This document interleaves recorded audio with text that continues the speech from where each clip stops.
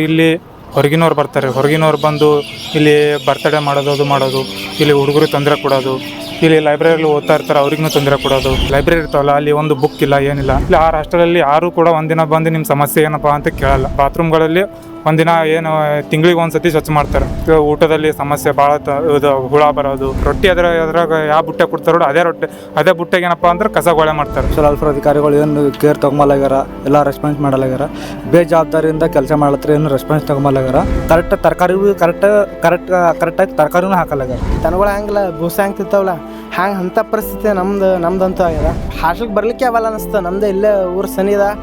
ಇಲ್ಲಿ ಹಾಸ್ಟೆಲ್ಗೆ ಬಂದ್ರೆ ಒಂದೆರಡು ದಿವಸ ಇದ್ದಂದ್ರೆ ಒಮ್ಮೆ ಹಿಂಗೆ ಆರಾಮ್ ತಪ್ದಂಗೆ ಅನಿಸ್ತಾ ಇಲ್ಲ. ಜಿಲ್ಲೆಯಲ್ಲಿ ಯಾವುದೇ ರೀತಿಯಾದಂಥ ನೀರಿನ ಕೊರತೆ ಇರಬಾರ್ದು. ಆದರೆ ನಮ್ಮ ಹಾಸ್ಟೆಲ್ನಲ್ಲಿ 3 ತಿಂಗಳಿನಿಂದ ಒಟ್ಟ ನೀರಿಲ್ಲ. ಕಾಲು ಜಾರ್ ಬಿದ್ದು ನಾನೇ 1 ತಿಂಗಳು ರೆಸ್ಟ್ ತೊಗೊಂಡಿದ್ದೀನಿ ಸರ್. ಫುಲ್ ಇಲ್ಲಿ ಬ್ಯಾಕ್ ಪೇನ್ ಆಗಿತ್ತು. ಲೈಬ್ರರಿಯಲ್ಲಿ ಎಷ್ಟೋ ಜನ ರಾತ್ರಿ 1 ಗಂಟೆ 2 ಗಂಟೆ ತನಕ ಓದ್ಕೋತ ಕೊಡ್ತಾರೆ. ಅವ್ರ ನೀರಿನ ಅವಶ್ಯಕತೆ ಅಂತೂ ತುಂಬ ಇರುತ್ತೆ. ನೀರು ನೋಡಿದ್ರೆ ಅಲ್ಲಿ ಸೆಂಟೆಕ್ಸ್ ನೋಡ್ಬೇಕು ಸರ್, ಪೂರ್ತಿ ಮಣ್ಣು ಕುಂತಿರುತ್ತೆ. ಕುಡಿಬೇಕಂತಲೂ ಅನ್ಸೋದಿಲ್ಲ ನೀರು. ಊಟ ಮಾಡುವಾಗ ಅವರು ಸಿಗರೇಟ್ ಸೇದೋದು, ಗುಟ್ಕಾ ತಿನ್ನೋದು ಈ ಥರ ಮಾಡ್ಕೋತ ಊಟ ನೀಡಿದ್ರೆ ನಾವು ಊಟ ಮಾಡ್ಬೇಕಂತ ಮನಸ್ಸು ಕೂಡ ಆಗೋದಿಲ್ಲ. ಇದು ಊಟ ಸರಿ ಇಲ್ಲ ಅಂತ ಬೇರೆ ಕಡೆ ಹೋಗಿ ತಿನ್ನೋಂಗಿದ್ರೆ ನಾವು ಹಾಸ್ಟೆಲೇ ಮಾಡಿಸ್ಬೇಕಾಗಿರೋದಿಲ್ಲ, ರೂಮ್ ಹಿಡಿತಿದ್ದೆವು. ಅಷ್ಟೊಂದು ನಾವಂತೂ ಶ್ರೀಮಂತರ ಕುಟುಂಬದಿಂದ ಬಂದವರು ಅಲ್ಲ. ಊಟ ಅಂತ ಕೇಳಬಾರ್ದು. ಅದೇನು ಮನುಷ್ಯರಿಗೆ ಹಾಕ್ತಾರೋ ದನಕ್ಕೆ ಹಾಕ್ತಾರೋ ಒಂದು ಗೊತ್ತಾಗಲ್ಲ.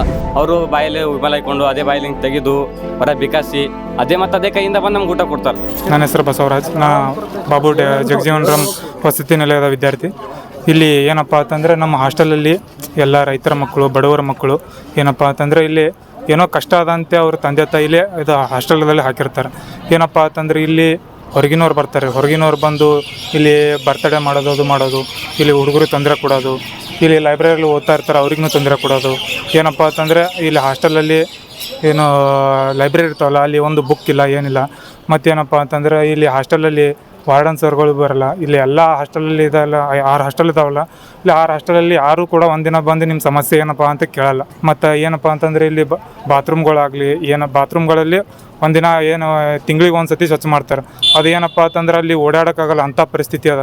ಓಡಾಡಿದ್ರೆ ಆಯಿತು ಜಾರ್ಕೊಂಡು ಬೀಳಬೇಕು, ಬಿದ್ದರೆ ಅವ್ರಿಗೆ ಟ್ರೀಟ್ಮೆಂಟ್ ಕೊಡ್ಲಿಕ್ಕೆ ಇದು ದುಡ್ಡು ಇರಲ್ಲ. ಅಂಥ ಪರಿಸ್ಥಿತಿ ಇದು ಮಕ್ಕಳಲ್ಲಿ ಇರ್ತದೆ.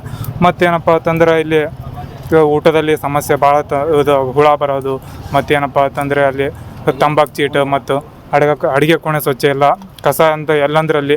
ಮತ್ತು ಊಟ ಇದು ರೊಟ್ಟಿ ಅದ್ರಾಗ ಯಾವ ಬುಟ್ಟೆ ಕೊಡ್ತಾರೋ ಅದೇ ಬುಟ್ಟೆಗೆ ಏನಪ್ಪ ಅಂದ್ರೆ ಕಸಗೊಳೆ ಮಾಡ್ತಾರೆ. ಅದೇ ಬುಟ್ಟೆ ಕಸಗೊಳೆ ಮಾಡೋದು ಮತ್ತು ಅದರಲ್ಲೇ ರೊಟ್ಟಿ ಕೊಡೋದು, ಈ ಥರ ಮಾಡ್ತಾಯಿದ್ದಾರೆ. ಮತ್ತು ಏನಪ್ಪ ಅಂತಂದ್ರೆ ಎಲ್ಲ ಅಡುಗೆ ಮಾಡೋ ಸಿಬ್ಬಂದಿಗಳೇನಪ್ಪ ಅಂತಂದ್ರೆ ಬರೀ ಮದ್ಯಪಾನ ಮಾಡಿ ತಂಬಾಕು ಗುಟ್ಕಾ ಇದು ಮಾಡ್ಕೊಂಡೆ ಅದು ಹಾಕ್ಕೊಂಡೇ ಇದು ಅಡುಗೆ ನೀಡೋದು, ಅಡುಗೆ ಮಾಡೋದು ಈ ಥರ ಮಾಡ್ತಾರೆ. ನನ್ನ ಹೆಸರು ಈಶ್ವರ ಅಂತ. ನಾನು ಬಾಬು ಜಗಜೀವನ್ ಹಾಸ್ಟೆಲ್ ವಸತಿನಿಲ್ಲ ವಿದ್ಯಾರ್ಥಿ. ಈಗೆಲ್ಲ ನೋಡಿ ಬಂದ್ರು ಎಲ್ಲ ಹಾಸ್ಟೆಲ್ ಹಂಗಿಲ್ಲ, ಎಷ್ಟು ಕ್ಲೀನ್ ಅದ, ಎಷ್ಟು ಹೊಲ್ಸದ ಅಂಬೋದು. ಆಗಲೇ ಫೋಟೋ ಎಲ್ಲ ತಗೊಂಡ್ರಿ. ಇಷ್ಟು ತಗೊಂಡ್ರಂದ್ರೂ ಎಲ್ಲ ಅಧಿಕಾರಿಗಳು, ಸೋಷಲ್ ವೆಲ್ಫೇರ್ ಅಧಿಕಾರಿಗಳು ಏನು ಕೇರ್ ತೊಗೊಂಬಲ್ಲಾಗ್ಯಾರ, ಎಲ್ಲ ರೆಸ್ಪಾನ್ಸ್ ಮಾಡಲಾಗ್ಯಾರ. ಬೇಜವಾಬ್ದಾರಿಯಿಂದ ಕೆಲಸ ಮಾಡತ್ತರ, ಏನು ರೆಸ್ಪಾನ್ಸ್ ತೊಗೊಂಬಲ್ಲಾಗ್ಯಾರ. ಅದೇ ರೀತಿಯಾಗಿ ಹುಡುಗರು ಈ ಹಾಸ್ಟೆಲ್ ವಸತಿ ನಿಲಯದಲ್ಲಿ ಏನು ನೀರಿಂದು ಜಾಮ್ ಆಗಿದ್ದು ಎಲ್ಲ ಕಾಲು ಜಾರ್ ಬೀಳತ್ತಾರ. ಮತ್ತು ಊಟದ ವ್ಯವಸ್ಥೆಯನ್ನು ಕರೆಕ್ಟ್ ಮಾಡಲಾಗ್ಯಾರ. ಇದು ಒಂದು ವಾಸನಿಂದ ನಮ್ಗೆ ಕರೆಕ್ಟಾಗಿ ಊಟ ಹೋಗಲಾಗದ. ಹಾಸ್ಟೆಲ್ದಾಗ ನಾಷ್ಟ ಮಾಡಲಾಗಿದ್ದು, 4 ದಿನ ತುಪ್ಪಾಸಿ ಇರ್ಲತ್ತು, ಹೊರಗಿಂದ ಊಟ ಮಾಡ್ಲತ್ತು. ನಮ್ಮ ತಂದೆ ತಾಯಿ ನಮ್ಗೆ ದುಡ್ಡಲ್ಲಿ ಎದಕ್ಕೆ ಏನು ಖರ್ಚು ಮಾಡತ್ತಿದೆ ಅಂತ ಕೇಳತ್ತಾರ. ನಮಗೆ ಉಲ್ಟಾ ಕೇಳತ್ತಾರ. ಅವ್ರ ಕಡೆಯಿಂದ ಅಮೌಂಟ್ ಹಾಕ್ಸ್ಕೊಂಡು ನಮ್ಮ ಫ್ಯಾಮ್ಲಿ ಅಷ್ಟೊಂದು ಪರಿಸ್ಥಿತಿ ಭಾಳ ಗಂಭೀರದೂ ಕೊಡಲ್ಲ. ನಾವು ಅಮೌಂಟ್ ಹಾಕ್ಸ್ಕೊಂಡು ಹೊರಗೆ ಊಟ ಮಾಡ್ಲತ್ತಿದ್ದೆವು. ಹಾಸ್ಟೆಲ್ ಊಟನೇ ಮಾಡಲಾಗಿದ್ದು. ಯಾಕೆ ಕಾರಣ ಏನಂದ್ರೆ ಈ ಹಾಸ್ಟೆಲ್ ವ್ಯವಸ್ಥೆ ಎಲ್ಲ ಏನು ಪೂರ ಹೊಲ್ಸದ, ಏನು ಎಲ್ಲ ಬಾತ್ರೂಮ್ ನೋಡೋದು, ಕರೆಕ್ಟಾಗಿ ನೀರು ಬರಲ್ಲ, ನೀರು ಏನು ಹಂಗೆ. ಅದಕ್ಕೆ ಈ ಕಾರಣದಂತೂ ಕರೆಕ್ಟಾಗಿ ಊಟ ಹೋಗಲ್ಲ. ಮತ್ತು ಊಟದ ವ್ಯವಸ್ಥೆನೂ ಕರೆಕ್ಟ್ ಇಲ್ಲ ಹಾಸ್ಟೆಲ್ದಾಗ.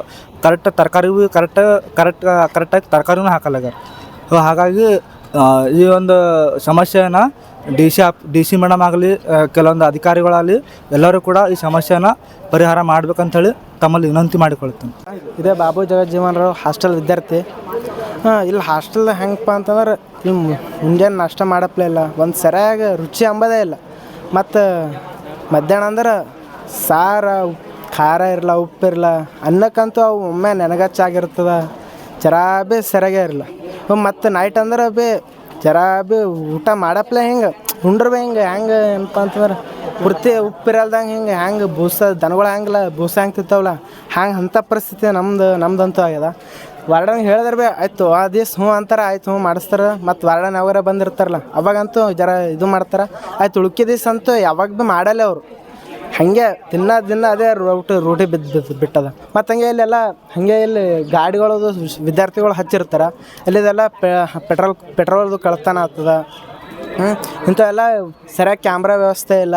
ರೂಮ್ನೇ ಅಂದಲ್ಲ ನಂದು ಒಂದು ಬುಕ್ ತಂದಿಟ್ಟಿದ, ಆ ಬುಕ್ ಭೀ ಕಳ್ತನ ಆಗ್ಯದ. ಅದು ಯಾರು ಒಯ್ದಿರ್ತಾರೋ ಏನು ಮಾಡ್ತಾರೋ ಅದು ಭೀ ಏನೂ ನೋಡೋದಿಲ್ಲ. ಹಾಗೆ ರೂಮ್ CC ಕ್ಯಾಮ್ರಾ ಭೀ ಜರ ಭೀ ಸರಿಯಾಗಿಲ್ಲ. ಚೆಕ್ ಮಾಡಿಸ್ಕೊತಾರೆ, ಅವು ಕತ್ತಲೆ ಕಾಣ್ತಾವೆ, ಬರಬ್ಬರ್ ಏನೂ ಇಲ್ಲ. ಈ ಥರ ಇಟ್ಟು ಹಿಂಗೆ ಪೂರ್ತಿ ಇಲ್ಲೇ ಹಾಸ್ಟೆಲ್ಗೆ ಬರಲಿಕ್ಕೆ ಅವಲ್ಲ ಅನ್ನಿಸ್ತು. ನಮ್ಮದೇ ಇಲ್ಲೇ ಊರು ಸನಿದ, ಹಿಂಗೆ ಒಂದೊಂದು ದಿವ್ಸ 2 ದಿವ್ಸ ಊರಿಗೆ ಹೋಗಿ ಬರ್ತೀನಿ.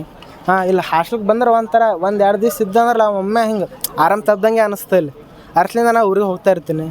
ಇದು ಹಾಸ್ಟೆಲ್ ಜರ ಇದು ಅಧಿಕಾರಿಗಳು ಮೇಲಧಿಕಾರಿಗಳು ಎಲ್ಲ ಜರ ಚಲೋ ಸ್ವಚ್ಛತೆ ಇರಬೇಕಂತ ಹೇಳ್ತೀನಿ. ಮೊದಲನೇದಾಗಿ ಎಲ್ಲರಿಗೂ ನಮಸ್ಕಾರ. ನನ್ನ ಹೆಸರು ದರ್ಶನ್. ನಾನು ಬಾಬು ಜಗಜೀವನರಾಮ್ ವಸತಿ ನಿಲಯದ ವಿದ್ಯಾರ್ಥಿ. ರಾಜಾಪುರ ರಸ್ತೆಯಲ್ಲಿ ಒಟ್ಟು 6 ಹಾಸ್ಟೆಲ್ಗಳಿವೆ. ಆ ಹಾಸ್ಟೆಲ್ನಲ್ಲಿ ವಾರ್ಡನ್ ಸರ್ ಆದವರು ಒಂದಿನ ಕೂಡ ಹಾಸ್ಟೆಲ್ಗೆ ಬಂದು ವಿದ್ಯಾರ್ಥಿಗಳ ಸಮಸ್ಯೆಗಳನ್ನು ಆಲಿಸುವುದಿಲ್ಲ. ಮತ್ತಿಲ್ಲಿ ಸರ್ ಅವರು ತಾಲೂಕು ಆಫೀಸರ್ ಆಗಿರ್ಬೋದು, ಅವರು ಕೂಡ 3 ವರ್ಷದಿಂದ ಒಂದಿನ ಕೂಡ ಇಲ್ಲಿ ಭೇಟಿ ಕೊಟ್ಟು ವಿದ್ಯಾರ್ಥಿಗಳ ಒಂದು ಸಮಸ್ಯೆಗಳನ್ನು ಅದು ಆಹ್ವಾನಿಸಿಲ್ಲ.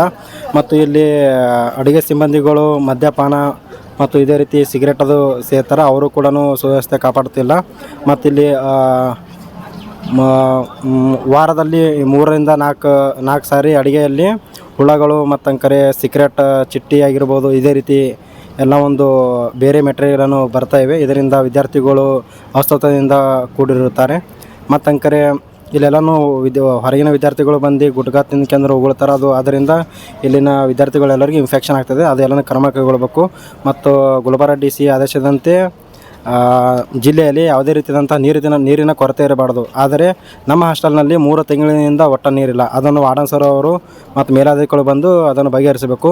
ಮತ್ತು ತಾಲೂಕು ಆಫೀಸರ್ ಅವರು 15 ದಿವಸಕ್ಕೊಮ್ಮೆ ಭೇಟಿ ಕೊಡಬೇಕು. ಮತ್ತು ವಾರ್ಡನ್ ಸರ್ ಅವರು ಭಾರತದ ಸಂವಿಧಾನದಂತೆ ಸರ್ಕಾರಿ ನೌಕರು 8 ಗಂಟೆ ಕೆಲಸ ಮಾಡಬೇಕು. ಅದರಿಂದ ವಾರ್ಡನ್ ಸರ್ ದಿನಾಲು ಬಂದು 8 ಗಂಟೆ ಅವರು ಡ್ಯೂಟಿ ಮಾಡಿ, ಸರ್ ಈ ಹಾಸ್ಟೆಲ್ ಸರ್ ಎಷ್ಟೇ ಸಮಸ್ಯೆ ಅಲ್ರಿ, ಅದು 6 ಹಾಸ್ಟೆಲ್ ವಾರ್ಡನ್ ಸರ್ ಅವರು ವಾರನೇ ಒಂದೇ ಸಾರಿ ಬರ್ತಾರೆ ಸರ್. Thank you sir. ನನ್ನ ಹೆಸರು ದರ್ಶನ್. ನಮಸ್ತೆ ಸರ್, ನನ್ನ ಹೆಸರು ಕೇದಾರ್ ಅಂತ.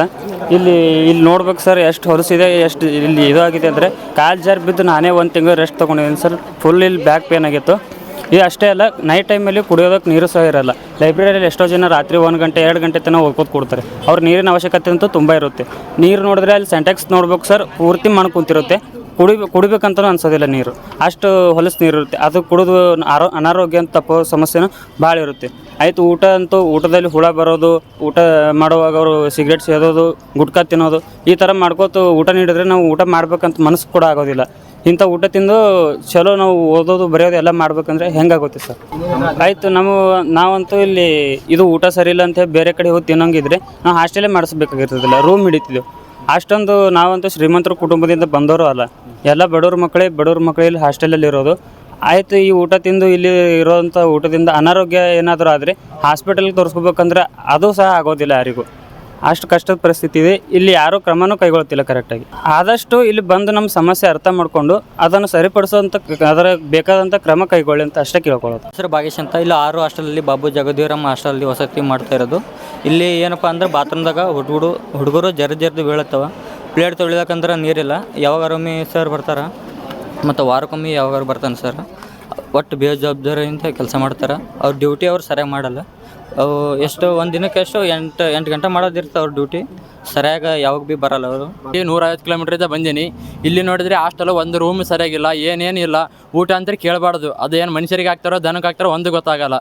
ಬಟ್ಟೆ ಒಗೆಯಲ್ಲಿ ಹೋದ್ರೆ ಮಾತ್ರ ಪೂರ ಕಾಲು ಜಾರಿ ಬಿದ್ದಾನ. ಒಬ್ಬನು ಬಿದ್ದುಗೈಸಿ ಹೋಗಿ 3 ತಿಂಗಳಾಯ್ತು ಹಾಸ್ಟೆಲಿಗೆ ಬಂದಿಲ್ಲ. 6 ತಿಂಗಳು ತಾನ ದವಾಖಾನೆಗೆ ಬಿದ್ದಾನ. ಈ ಹಾಸ್ಟೆಲ್ ಪರಿಹಾರವನ್ನು ಎಲ್ಲರೂ ಬಗೆಹರಿಸಬೇಕು. ನನ್ನ ಹೆಸರು ರಾಯಪ್ಪ. ನಾನು ರಾಜಾಪುರ ರೋಡಲ್ಲಿರುವ 6 ಹಾಸ್ಟೆಲ್ಗಳು ಇರ್ತಾರೆ ಡಿ ಶೇಪಲ್ಲಿ. ಅಲ್ಲಿ ಬಾಬು ಜಗಜೀವನರಾವ್ ಹಾಸ್ಟೆಲ್ ಇರೋದು.